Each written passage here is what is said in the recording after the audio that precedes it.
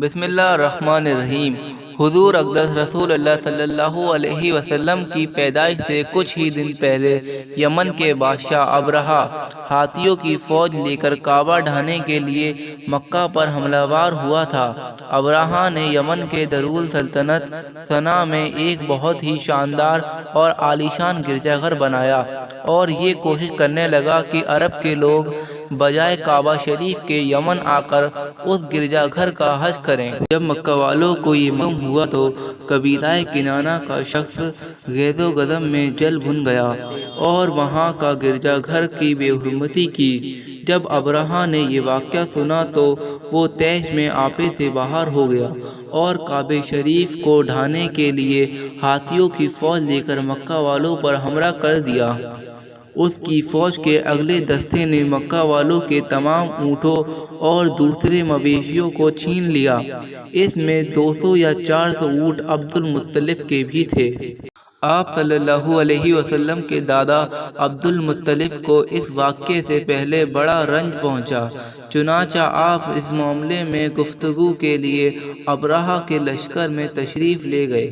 جب ابرہہ کو معلوم ہوا کہ قریش کے سردار اس سے ملاقات کرنے کے لیے آئے ہیں تو اس نے آپ کو اپنے خیمے میں بلا لیا اور اپنے برابر بیٹھا کر دریافت کیا کہ کہیے سردار قریش، یہاں آپ کی تشریف آوری کا کیا مقصد ہے؟ عبد المطلب نے جواب دیا کہ ہمارے اونٹ اور بکریاں وغیرہ جو آپ کے لشکر کے سپاہی ہانک لائے ہیں، آپ ان سب مویشیوں کو ہمارے سپرد کر دیجئے۔ یہ سن کر ابرہہ نے کہا کہ اے سردار قریش، میں تو یہ سمجھتا تھا کہ آپ بہت ہی ہولامند اور شاندار آدمی ہیں، مگر آپ نے مجھ سے اپنے اونٹوں کا سوال کر کے میری نظر میں اپنا وقار کم کر دیا۔ اونٹ اور بکری کی حقیقت ہی کیا ہے؟ میں تو آپ کے کعبہ کو توڑ پھوڑ کر برباد کرنے کے لیے آیا ہوں، آپ نے اس کے بارے میں گفتگو ہی نہیں کی۔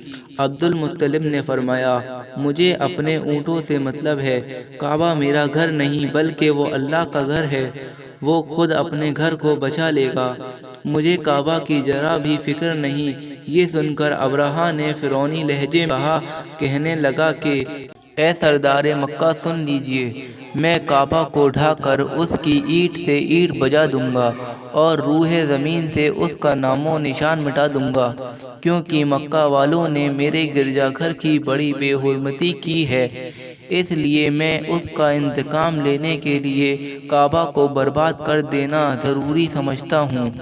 عبد المطلب نے فرمایا کہ پھر آپ جانیں اور اللہ جانے، میں آپ سے سفارش کرنے والا کون؟